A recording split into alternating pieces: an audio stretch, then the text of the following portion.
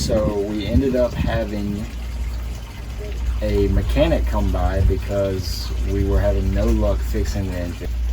We are able to set sail tomorrow, or set motor, I don't know, tomorrow for Fort Pierce. When we woke up the next morning, we spent some time preparing for the day's main event. And after we finished our coffee, it was time to set off on the journey we've been planning for so long. We just backed out of the slip for the first time, and we're off on our maiden voyage. Backing a 40-foot sailboat out of a private slip in a narrow canal turned out to be way easier than we anticipated. However, our boat walks hard to the port side, so we had to back out the wrong way and turn around further up the canal. But that's okay. It just meant that we got to say one last goodbye to our lovely neighbor Jack and our bitch of a landlady Marlene. Bye, Marlene. We finally made it out of the narrow part of the canal, but we weren't out of the woods yet. We still had a couple bridges to cross under. Alright, we're coming up on our first bridge here. We called ahead on the radio, let him know we were coming. He let us know that at 7:45 the bridge is set to lift again. It's about 7:42 now. See if he's punctual.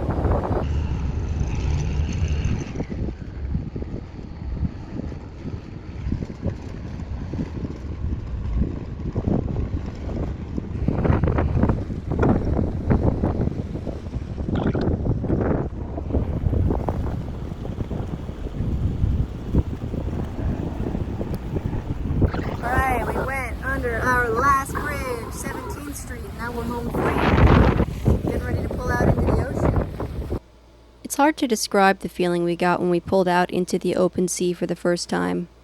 And although we always had the shore in sight, we couldn't help but feel free at the sight of the distant horizon and all the vast ocean that lie before us. But then, a different feeling came over me. She's very seasick.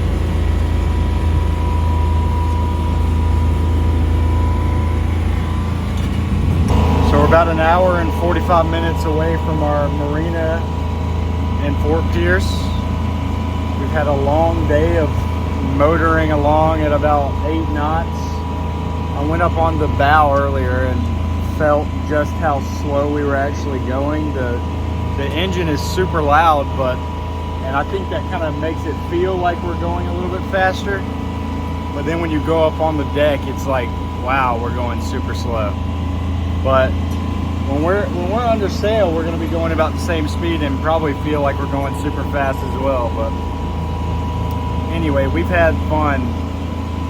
Earlier, we had a few troubling situations with Abby having seasickness. We had to wait on a couple bridges when we were in Fort Lauderdale, and that was a bit stressful for me because it was hard to control the boat. Like while we were sitting in the water, it kept drifting, so I kept having to change course. But yeah, Abby had a little bit of diarrhea and a little bit of pukey. But overall, it's been a successful first day driving our boat, and I think we've been lucky with the weather, and yeah, overall a great day. Needless to say, much as we enjoyed the ups and downs of our maiden voyage, we were ready to be at our destination. But just as we started to run out of steam, we got a reminder of the beautiful earth we inhabit and the life we are so privileged to live on it. And it's got me feeling like life is good, yeah. Life is good, yeah.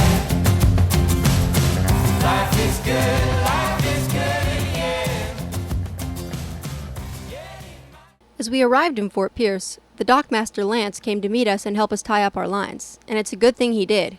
We quickly realized our shore power cord didn't fit the dock's outlet, so we wouldn't have air conditioning in the boat that night. With temperatures at 100 degrees that day, it was hot in our boat, and sleeping would not have been fun. Luckily, the dockmaster and his girlfriend Emily turned out to be saints and let us crash on their couch for the night.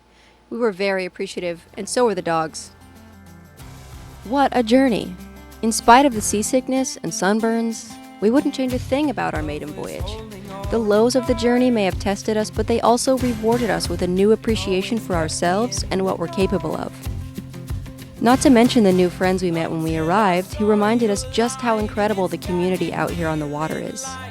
Remember, no matter how rough the seas get, if you look hard enough, you just might spot the rainbow.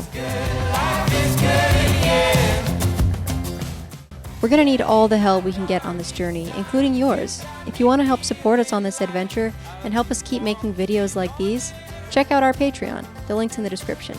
And if you want to follow along with us, make sure to like, subscribe, and turn on notifications so you never miss a video. Come back next week to see our first foray into the world of 5200 and see us tackle some leaky port lights. Chef Abby out here. Sous Chef Bean. I look like a tomato because